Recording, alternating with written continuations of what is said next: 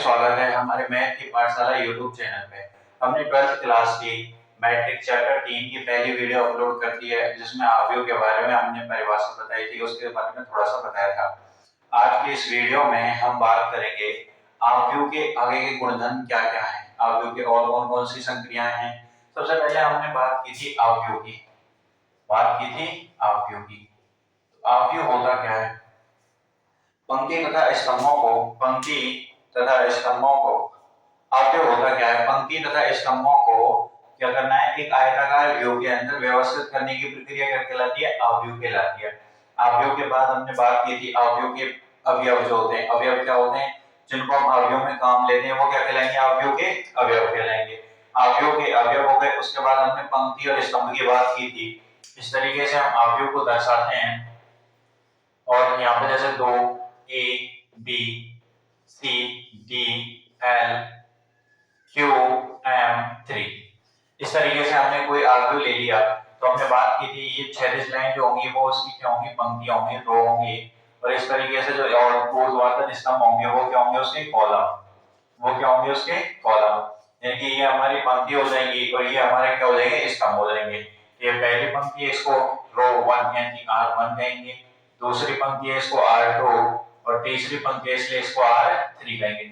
यहाँ पे कॉलम पहला है तो C1, ये दूसरा कॉलम है C2 और ये तीसरा कॉलम है जिसके लिए C3 यूज करेंगे। क्या यूज करेंगे, C3। अब उसके बाद बात करते हैं कि कितने कोटि पे। इसके बाद अवयव की किसकी बात करते हैं, कोटि की। कोटि यानी कि ऑर्डर। अवयव की कोटि क्या है, तो अवयव की कोटि क्या बताएगी, पंक्ति और स्तंभों की संख्या का गुणनफल। तो पहले क्या लिखेंगे हम, पंक्ति। पहले कौन से लिखेंगे, पंक्ति। उसके बाद स्तंभ लिखेंगे। पहले क्या लिखेंगे, पंक्ति, उसके बाद स्तंभ। तो बताइए कितनी पंक्ति है, 1 2 3। कितनी पंक्ति है, 3 पंक्ति। स्तंभ कितने, 1 स्तंभ 2 स्तंभ 3 स्तंभ। कितने स्तंभ, 3। तो अवयव की कोटि जो आएगी वो कितनी आएगी, 3/3। ये क्या आएगी, अवयव की कोटि। क्या आएगी, अवयव की कोटि। यहाँ तक हमने बात की थी अवयव की कोटि की। उसके बाद अवयव में कितने अवयव होते हैं, अवयव में कितने अवयव होंगे, ये 3/3 जो कोटि आएगी ना, 3/3, 3 into 3 करेंगे 9, तो इसमें अवयव होंगे 9। ऐसे ही कोई अवयव है जिसकी कोटि है 2/3, तो इसमें कितने अवयव होंगे, 6। ऐसे 1/4, तो उसके कितने अवयव होंगे, 4 अवयव होंगे। उसके बाद हमने बात की थी पंक्ति अवयव की। तो ऐसा अवयव जिसमें केवल एक ही पंक्ति हो क्या कहलाएगा, पंक्ति अवयव। स्तंभ कितने अवयव, हमें उससे मतलब नहीं है, हमें किससे मतलब है, पंक्ति। पंक्ति कितनी होनी चाहिए, एक। कौन सा कहलाएगा, पंक्ति अवयव। उसके बाद हमने बात की थी दूसरे नंबर पे स्तंभ अवयव की। ऐसा है अवयव जिसका केवल एक स्तंभ हो। पंक्ति कितने अवयव कोई बात नहीं है, लेकिन स्तंभ कितना होना चाहिए, एक होना चाहिए। फिर उसके बाद बात की थी शून्य अवयव की। तो ऐसा अवयव जिसके सारे के सारे अवयव शून्य हो, कौन सा अवयव कहलाएगा, शून्य अवयव कहलाएगा। यहाँ तक हमने बात कर ली थी, ठीक है। उसके बाद वर्ग अवयव की बात की थी, वर्ग अवयव। तो ऐसा अवयव जिसके पंक्तियों की संख्या, नंबर ऑफ रो, और स्तंभों की संख्या यानी कॉलम, पंक्ति जो है और स्तंभों की संख्या दोनों बराबर होनी चाहिए। यहाँ पे देखिए पंक्तियों की संख्या कितनी है, 3, स्तंभों की संख्या 3, 3/3 कोटि का ये कौन सा अवयव कहलाएगा, वर्ग अवयव। ऐसे ही एक ये ले रखा हमने 2A 3B। तो इसके लिए एक पंक्ति, दो पंक्ति, कितनी पंक्ति है, 2। स्तंभ कितने, एक स्तंभ 2 स्तंभ। तो कितने कितने, 2/2 का। तो 2/2 है। पंक्तियों की संख्या और स्तंभों की संख्या दोनों समान है, तो कौन सा अवयव कहलाएगा, ये वर्ग अवयव। कौन सा अवयव कहलाएगा, वर्ग अवयव। यहाँ तक सारी की सारी बातें हमने कर ली थी। अब हम इसमें अगला बात करेंगे विकर्ण अवयव। कौन सा अवयव, विकर्ण अवयव।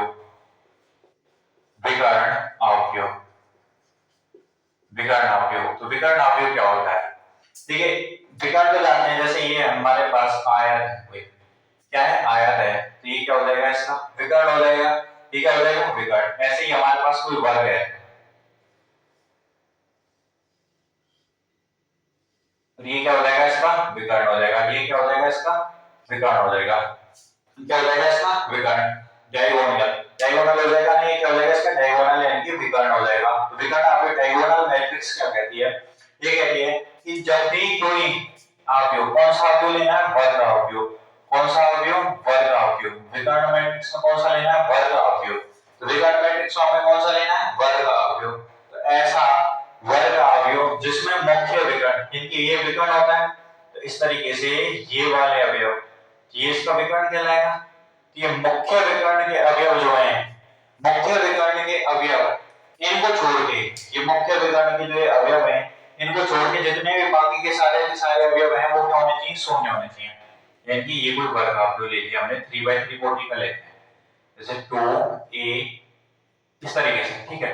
3/3 कोटि का हमारे पास एक वर्ग अवयव है, क्या है, विकर्ण अवयव, वर्ग अवयव है हमारे पास। क्या है, वर्ग अवयव कितनी बाई कोटि का, 3/3 का। तो विकर्ण जो बनेगा वो ये बनेगा ना इसका, इस तरीके से ये विकर्ण बनता है ना। तो ये विकर्ण के अंदर जो आने वाले अवयव, विकर्ण एक सीधी देखिए इस तरीके से ये वर्ग है, विकर्ण बनेगा, ये विकर्ण बनेगा। तो यहाँ पे भी इस तरीके से ये एक लाइन जो है ये विकर्ण है, ठीक है, हो गया विकर्ण। तो इस मुख्य विकर्ण का आने वाले अवयव यहाँ पे, जैसे यहाँ हो गया, यहाँ हो गया, इनके अतिरिक्त जितने अवयव आएंगे, इनके अतिरिक्त जितने भी अवयव आएंगे वो सभी के सभी क्या होने चाहिए, शून्य होने चाहिए। जैसे ये वाला हो गया, ये वाला, ये अवयव, ये वाले अवयव शून्य होने चाहिए। इस प्रकार जो अवयव बनेगा वो बनेगा विकर्ण अवयव। विकर्ण अवयव क्या है, ऐसा वर्ग अवयव जिसमें मुख्य विकर्ण के अतिरिक्त, मुख्य विकर्ण, ये वाला विकर्ण बनेगा मुख्य विकर्ण, और उधर से लिखेंगे ये क्या आएगा, पश्च विकर्ण। कौन सा विकर्ण आएगा, पश्च विकर्ण। तो मुख्य विकर्ण के अतिरिक्त सारे के सारे अवयव शून्य हो, कौन सा अवयव कहलाएगा, विकर्ण अवयव। विकर्ण अवयव के बाद हम बात करते हैं इकाई अवयव, इकाई अवयव, यूनिट मैट्रिक्स, यूनिट मैट्रिक्स। इसको हम आई से प्रदर्शित करेंगे, किससे प्रदर्शित करेंगे, आई से, और इसको ध्यान से समझना। तो इकाई अवयव क्या कहलाएगा, कि ऐसा वर्ग अवयव, ऐसा वर्ग अवयव यहाँ पे बना लिया, ये मान लिया मैंने 3/3 कोटि का कोई वर्ग अवयव। तो ऐसा वर्ग अवयव जिसमें मुख्य विकर्ण के अतिरिक्त सारे के सारे अवयव शून्य होने चाहिए, मुख्य विकर्ण के अतिरिक्त ये लीजिए सारे के सारे अवयव शून्य हो गए।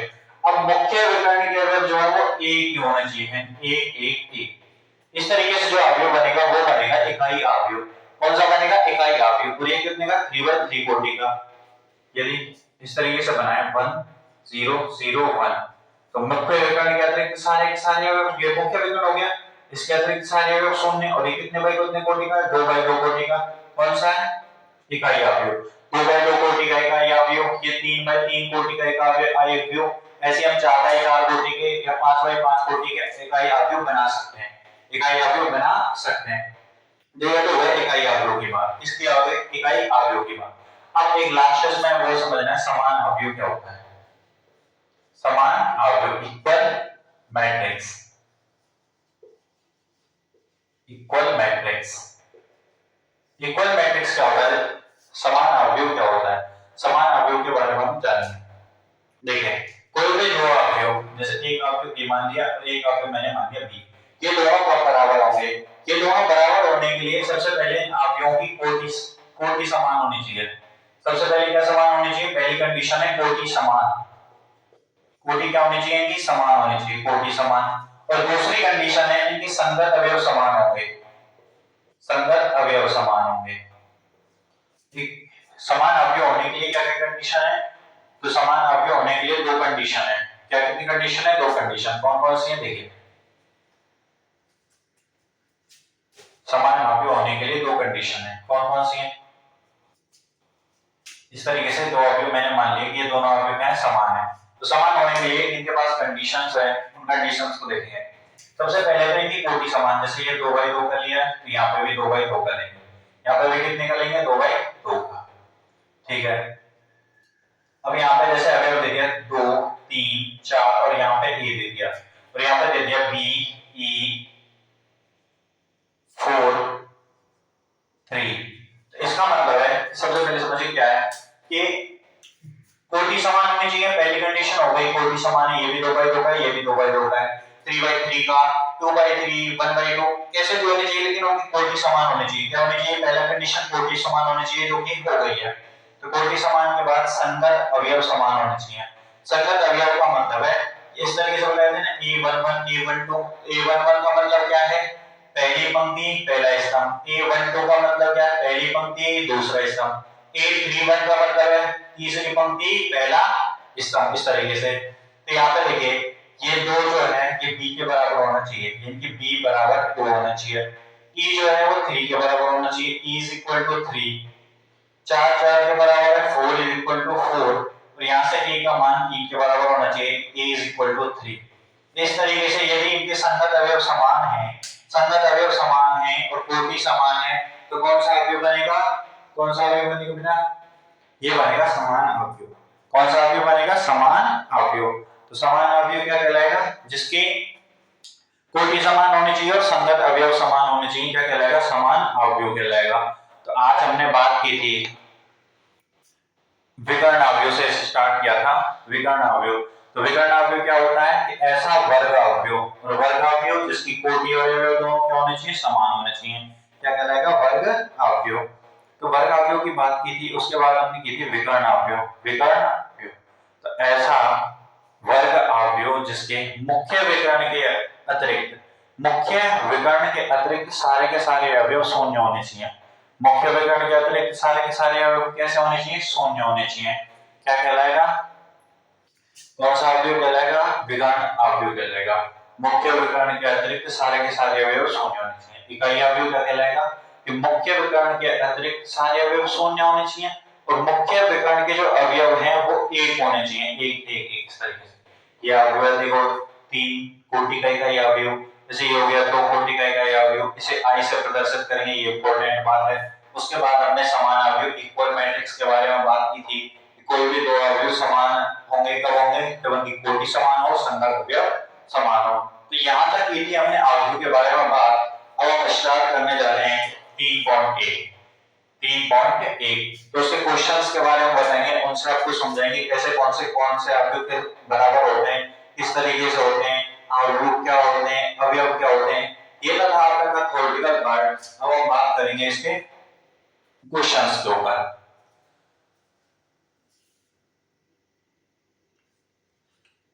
हाँ, ये है अवयव का अवयव यानी मैट्रिक्स 3.1 का पहला क्वेश्चन। कौन सा क्वेश्चन? पहला क्वेश्चन हमसे कह रहा है कि ये अवयव दे रखा है, इस अवयव में ज्ञात करना है। क्या क्या ज्ञात करना है? सबसे पहले अवयव की कोटि ज्ञात करनी है। हमें क्या ज्ञात करनी है? अवयव की कोटि। और कोटि क्या होती है? पंक्ति और स्तंभों की संख्या का गुणा। ठीक है, ये √3 है। ये क्या? √3। तो यहाँ पे देखिए, तो पंक्तियों की संख्या ज्ञात करेंगे। तो पहली पंक्ति, दूसरी पंक्ति, तीसरी पंक्ति। तो इसमें पंक्ति कितनी है? 3। पंक्ति कितनी है? 3। स्तंभ कितनी? 1 स्तंभ, 2 स्तंभ, 3 स्तंभ, 4 स्तंभ। तो अवयव की कोटि कितनी आएगी? 3 पंक्ति है, 4 स्तंभ है। 3 पंक्ति है, 4 स्तंभ है, ये याद रहेगी अवयव की कोटि। क्या रहेगी? अवयव की कोटि। अब बात करेंगे अवयवों की संख्या। अवयव के अवयवों की संख्या। अवयव कितने होते हैं अवयव में? कोटि कितनी हो गई? पंक्ति की संख्या इनटू स्तंभों की संख्या। अब ये तो इस तरीके से लिख दी तो कोटि हो गई, और इनका गुणा करेंगे 3 × 4 इज इक्वल टू 12। तो ये कितने हो जाएंगे? अवयवों की संख्या। अवयव कितने हैं? 12 हैं। गिन लीजिए आप, 1 2 3 4 5 6 7 8 9 10 11 12। तो टोटल कितने अवयव हो गए? 12 अवयव हो गए। अब उसके बाद क्या करना है? अवयव इसमें 2-3 रैंडम अवयव ले रखे थे कि इन अवयवों को ज्ञात कीजिए, लेकिन इसमें हम क्या है कि सारे के सारे अवयव बताएंगे आपको। तो अवयव A11, A11, A12, A13, A14।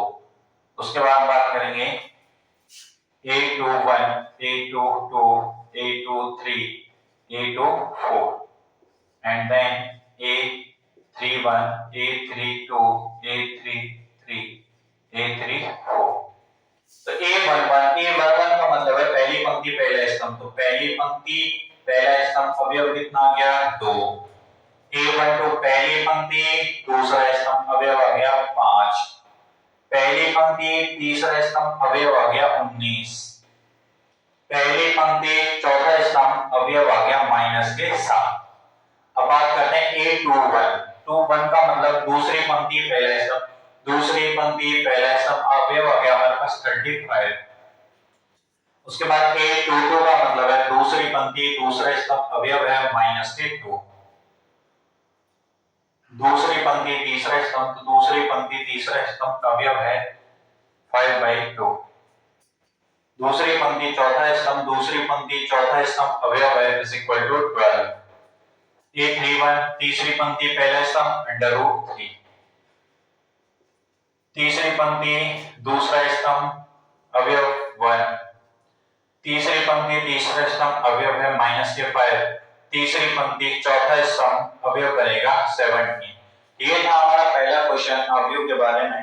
तो कोटि किस तरीके से निकालते हैं? पंक्तियों की संख्या। कोटि किस तरीके से निकालते हैं? पंक्तियों की संख्या। तो एक पंक्ति, दो पंक्ति, तीन पंक्ति, तो तीन पंक्ति हो गई। उसके बाद स्तंभों की संख्या, एक स्तंभ, दो स्तंभ, तीन स्तंभ, चार स्तंभ। चार स्तंभ में तो ये हो गई अवयव की कोटि। अवयवों की संख्या, इन कोटि का गुणनफल, अवयवों की संख्या आ जाएगी। उसके बाद ये इस तरीके से अवयव है। इसमें कुछ दो तीन अवयव पूछे थे, पर इस बार मैंने सारे के सारे अवयव बता दिए हैं। आगे से क्वेश्चन क्या थोड़ी स्पीड में पकड़ेंगे, थोड़ी सी स्पीड पकड़ेंगे।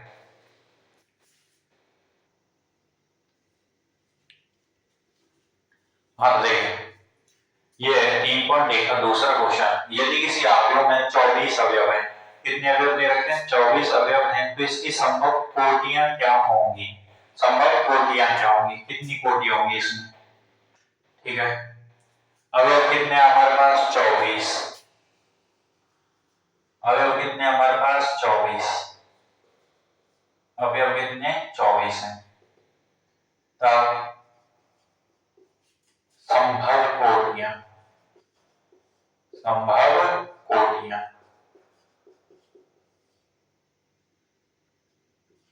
कौन कौन सी कोटियां होंगी? सबसे पहले हम मानते हैं कि उसमें एक ही पंक्ति है। कितनी पंक्ति है? एक पंक्ति है। एक पंक्ति है, स्तंभ कितने हो जाएंगे फिर? 24। दूसरा मानते हैं कि नहीं, उसमें दो पंक्ति है। दो पंक्ति है, स्तंभ कितने हो जाएंगे? 12, क्योंकि हमने तो गुणा करके 24 लिखा है। 24 अगर को पाएंगे जब हम दो संख्याओं का गुणा कितना होगा? 24। जब उन दो संख्याओं का गुणा, जब उन दो संख्याओं का गुणा कितना होगा? 24 होगा। एक गुणा 24 या दो? नहीं, मैं मानता हूँ कि इसमें तीन पंक्तियां हैं। तीन पंक्तियां तो कितने स्तंभ बचे? 8 स्तंभ। नहीं, तीन पंक्ति नहीं, हम चार पंक्ति मानेंगे। चार पंक्तियां तो स्तंभ कितने बचे? 6। पांच पंक्ति मान सकते हैं? नहीं, क्योंकि पांच में इसका भाग नहीं जाता। पांच के बाद 6 पंक्ति, मैं मानता हूँ उसमें 6 पंक्तियां। स्तंभ कितने बचे? 4। अब 6 के बाद मैं मानता हूँ नहीं, 7, 8 पंक्तियां उसमें। कितनी पंक्तियां? 8 पंक्ति। तो स्तंभ कितने बनेंगे? 3। अब मैं कहता हूँ नहीं यार, मुझे तो 12 पंक्ति चाहिए। स्तंभ कितने बनेंगे? 2। अब मैं कहता हूँ नहीं, 24 के 24 को पंक्ति लेता हूँ, तो स्तंभ बनाता हूँ मैं 1। तो ये क्या हो जाएगी इसकी संभव कोटियां? 1/24, 2/24, 2/12, 3/8, 4/6, 6/4। यानी कि पहले पंक्ति ली फिर स्तंभ लिए, यहाँ तक आ गए। और 6 के बाद 7 का, 8 का, तो 8 पंक्ति भी ले सकते हैं इसमें हम। ठीक है, तो उसके बाद मैं लिया नहीं 6, 4 पंक्ति के बाद 6 पंक्ति ली, 6 पंक्ति के बाद 8 पंक्ति, फिर 12 पंक्ति और 24। अब कह रहा है यदि 13 अवयव है। यदि कितने? यदि अवयव 13 हैं, तब तब कोटि कौन कौन से बनेगी? नहीं, मैं मानता हूँ उसमें एक पंक्ति है। स्तंभ कितने बचे? 13। अब क्या मानना पड़ेगा? दूसरा, 13 पंक्तियां, स्तंभ कितने? 1। ये क्या हो जाएंगे इसकी संभव कोटियां। अब क्वेश्चन नंबर तीसरा कह रहा है कि यदि किसी अवयव में 16 अवयव हैं। कितने अवयव हैं? 16 अवयव हैं। कितने अवयव हैं? 16। यदि उसमें 16 अवयव हैं, तो देखिए 1/16, एक पंक्ति 16 स्तंभ। दूसरा आ जाएगा 2 पंक्ति 8 स्तंभ। तीसरा मानता हूं कि 4 पंक्तियां 4 ही स्तंभ है। 4 पंक्तियां 4 ही स्तंभ है। उसके बाद 8 पंक्तियां और स्तंभ कितने बचेंगे? 2। लास्ट में 16 पंक्तियां, स्तंभ कितने बचेंगे? 1। इस तरीके से। अब क्या यदि किसी 5 अवयव है, 5 अवयव है, तो कोटि कितनी बनेगी? एक पंक्ति 5 स्तंभ, 5 पंक्ति 1 स्तंभ। ऐसे कहते कि किसी में 18 अवयव है। कितने अवयव है? 18 एलिमेंट है। 18 एलिमेंट है। Then if in a matrix is in a matrix 18 element exist, then find out the order of a matrix। यानी उसकी कोटि ज्ञात करनी है। तो 18 अवयव है, 18 अवयव है, तो क्या करेंगे? सबसे पहले एक पंक्ति 18 स्तंभ, यानी कि 1 रो हो जाएगी, 18 कॉलम हो जाएंगे। उसके बाद मानता हूँ 2 रो है उसमें और 9 क्या है? कॉलम है। उसके बाद मान लेते हैं हम 3 रो है, 6 क्या है? कॉलम है। 6 कॉलम हो गए। उसके बाद 3 के बाद हम लेते हैं 6 रो। यदि उसमें 6 रो तो 3 कॉलम हो जाएंगे। उसके बाद ये हो गए यहाँ तक। उसके बाद हम लेंगे उसमें 9 कॉलम है, 2 रो हो जाएंगे। फिर 18 कॉलम 18 रो है और उसमें एक क्या बचेगा हमारे पास कॉलम बचेगा। तो इस तरीके से हम अवयव की कोटि निकालते हैं। क्या निकालते हैं हम? अवयव की कोटि। जब अवयव दे रखे हो तो उनसे कोटि किस तरीके से निकालते हैं? जो हमें अवयव में अवयव दे रखे हो तो कोटि, इनके तो गुणा हमारे पास पता है, गुणा अवयव के बराबर आना चाहिए। तो बस जो जो संभव है उन सभी को लिख देंगे हम। ये हो जाएगा हमारा क्वेश्चन नंबर 2 और 3 कंप्लीट हो गए। ये जो रैंडमली बताया था यही तक था, ये 2 और 3 कंप्लीट हो गए। अब यहाँ से आगे जो क्वेश्चन का लेवल है वो थोड़ा सा अच्छा आने वाला है। तो यहाँ से आगे आपको क्या करना है, ध्यान देना है। हाँ, तो अब क्वेश्चन नंबर 4 पे आकर क्वेश्चन नंबर 4 करते हैं। क्या है? अवयव a बराबर aij की रचना कीजिए। यानी इस बार अब है अवयव बनाना है। इस बार हमें क्या करना है? अवयव बनाना है। ठीक है, रचना कीजिए जिसका क्रम 2/2 का है। क्रम का मतलब कोटि, क्रम का मतलब क्या दे रखा है? कोटि। कोटि दे रखी है हमें 2/2, यानी 2/2 की क्या दे रखी है? कोटि है, जिसके अवयव निम्न प्रकार हैं। अवयव निम्न प्रकार का मतलब क्या है? देखिए, मैंने आपको पहले बताया था कि कोई भी अवयव दे रखा है, जैसे a बराबर a11 a12 a21 a22, ये कितने बाई क्रम का है? 2/2 कोटि का है। 2/2 कोटि का है। i और j का मतलब क्या है? i यहाँ पे पंक्ति को दर्शाएगी, i किसको दर्शाएगी? पंक्ति को, और j किसको दर्शाएगा? स्तंभ को। i किसको दर्शाएगी? रो को, और j किसको दर्शाएगा? कॉलम। ठीक है, i का यहाँ पे पंक्ति है, j स्तंभ है। तो कहेंगे कि माना let a is equal to a11 a12 a21 a22। 2/2 का क्या है? एक अवयव है। 2/2 का क्या है? एक अवयव है। 2/2 का कोटि का हमने क्या है? मैट्रिक्स मान लिया। क्या कर लिया? एक मैट्रिक्स मान लिया। अब मैट्रिक्स को मान लिया, यहाँ से आगे की जो है वो कैसे करेंगे? देखिए, अब हमें पता है कि ये दे रखा है कि i j बराबर i plus j upon 2 का whole square. i plus j का मतलब यहाँ पे करेंगे i is equal to पंक्ति। i क्या है? यहाँ पे पंक्ति है, और j क्या है? यहाँ पे स्तंभ है। j क्या है? स्तंभ है। तो i पंक्ति है, तो अवयव अवयव a11 के लिए, अवयव a11 के लिए, तो अब a11 लेंगे, यानी एक पंक्ति एक स्तंभ। a11 is equal to पहली पंक्ति पहला स्तंभ का स्क्वायर अपॉन में 2। एक और एक कितना हो जाएगा? 2। 2 का स्क्वायर, 2 का स्क्वायर अपॉन में 2, और 2 का स्क्वायर कितना होता है? 4। 4 बटे में 2 यानी कि 2 आया। अब बात करेंगे हम a12 के लिए। a12 का मतलब पहली पंक्ति दूसरा स्तंभ, इसका स्क्वायर अपॉन में 2। एक और 2, 3। 3 का स्क्वायर कितना हो जाएगा? 3 का स्क्वायर अपॉन में 2। 3 का स्क्वायर कितना होता है? 9 बटे में 2। a21 की बात करेंगे तो 2 एक स्क्वायर अपॉन में 2, तो वही निकल के आएगा 9/2। अब बात करेंगे हम a22 की। 2 plus 2 का होल स्क्वायर, 2 plus 2 का होल स्क्वायर अपॉन में 2। 2 plus 2 4, 4 का स्क्वायर अपॉन में 2, और 4 का स्क्वायर कितना होता है? 16 अपॉन में 2 is equal to 8।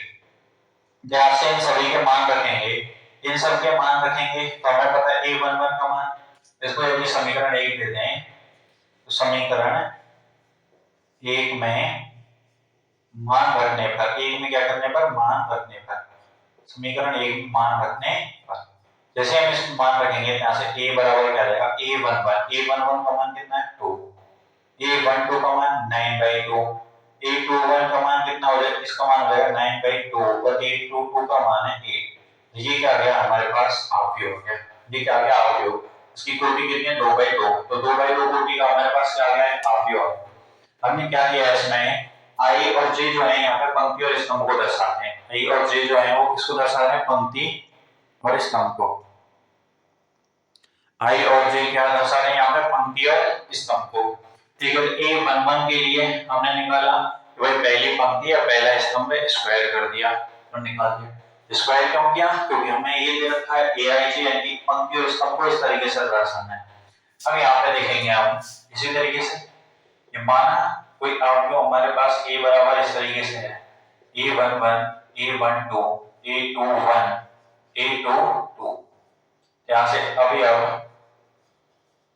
a11 के लिए, अवयव a11 के ये A11 के लिए A11 यानी पहली पंक्ति पहला स्तंभ, पहली पंक्ति पहला स्तंभ कितना निकल के आएगा A। ऐसे ही A12 निकालेंगे तो 1 अपॉन में 2 क्या निकल के आएगा हमारे पास 1 अपॉन में 2 ही आएगा। ठीक है, अब बात करते हैं A21 की। 21 यानी कि दूसरी पंक्ति पहला स्तंभ पर क्या निकल के आएगा हमारे पास 2। A22 की बात करते हैं, दूसरी पंक्ति दूसरा स्तंभ पर हमारे पास क्या आ जाएगा 1। यहाँ पे दूसरी पंक्ति है दूसरा स्तंभ है। तो अवयव जो बनेगा कि अवयव क्या बनेगा हमारे पास, देखिए पहला अवयव 1, A12 का मान 1/2, A21 का मान 2 और A22 का मान जो निकल के आएगा वो निकल के आएगा 1। और 2/2 कोटि का है या नहीं है, तो 2/2 कोटि का भी है, 2/2 कोटि का भी है। तो हमारे पास ये क्या निकल जाएगा, इस तरीके से अवयव निकल आएगा।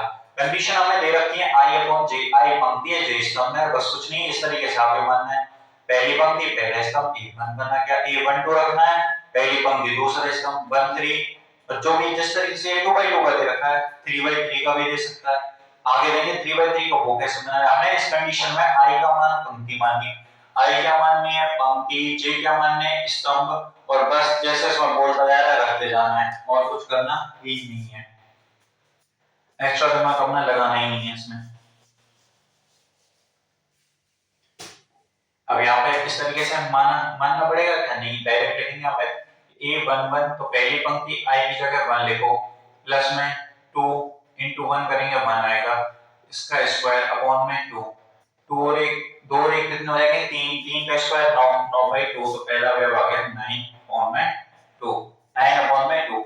ऐसे यदि हम A12 की बात करते हैं, किसकी बात करते हैं A12 की, यहाँ से A12 तो पहली पंक्ति दूसरा स्तंभ, अब यहाँ J की जगह हम 2 रखेंगे तो 2 into 2 कितना हो जाएगा 4 अपॉन में 2, इसका स्क्वायर 4 और 1 5, 5 का स्क्वायर कितना आएगा 25, 25 अपॉन में 2, 25 अपॉन में 2, 25 अपॉन में 2। अब बात करेंगे हम A21 की, A21 पंक्ति की जगह कितना रखना है 2, प्लस में 1 रखना है, 1 into 2 करेंगे 2 आएगा, इसका स्क्वायर अपॉन में कितना 2, 2 + 2 4, 4 का स्क्वायर कितना आ जाएगा 16 अपॉन में 2 = 8, 16 अपॉन में 2 = 8 आ गया। अब बात करेंगे A22 की, A22 I की जगह कितना रखना है 2, J की जगह कितना रखना है 2 प्लस 2 into 2 अपॉन में इसका क्या करेंगे स्क्वायर, तो 2 गुणा 2 कितना हो जाएगा 4 और 2 कितना 6, 6 का स्क्वायर करेंगे, 6 का स्क्वायर अपॉन में 2 और 6 का स्क्वायर कितना 36, 36/2 कितना लिखेंगे हम 18। अब इस तरीके से जब अवयव बनाएंगे A बराबर कितना बनेगा, A11 का मान 9 अपॉन में 2, A22 का मान 25 अपॉन में 2, A21 का मान 8, A22 का मान 18 और 2/2 की ये क्या होगी मैट्रिक्स हो गई। तो इस तरीके से जब हमें कह दे कि आपको दे रखा है इस तरीके की रचना कीजिए जिसका क्रम 2/2 है, जिसका क्रम क्या है 2/2 है, और अवयव इस तरीके से दे रखे हैं, अवयव A I बराबर I + J का स्क्वायर अपॉन में 2 दे रखा है, I पंक्ति है J स्तंभ है और 2/2 कोटि का है, इस तरीके से बनाएंगे। 3/2 कोटि का 2 बनाना सिखा दिया, किस तरीके से बनेंगे अगले में और बता देंगे। ये बनाने I की जगह 1 मान रखना है कि 1 मान रखना है, फिर ये 1 2 आएगा, यहाँ पे 1 यहाँ पे 2 और रख के सीधे करने, इसमें कहीं कोई दिक्कत नहीं है। आज की वीडियो हम यहीं पे समाप्त करते हैं, अगली वीडियो जो आएगी उसमें हम यहाँ से आगे के क्वेश्चन को कराएंगे। आपको वीडियो अच्छी लगे तो अपने दोस्तों के साथ शेयर कीजिए, हमारे चैनल मैथ की पाठशाला को सब्सक्राइब कीजिए, यहाँ पे आपको 6 से लेकर 12 तक की मैथ की सारी वीडियो मिलेंगी। चैनल को सब्सक्राइब कीजिए, वीडियो को लाइक कीजिए, धन्यवाद।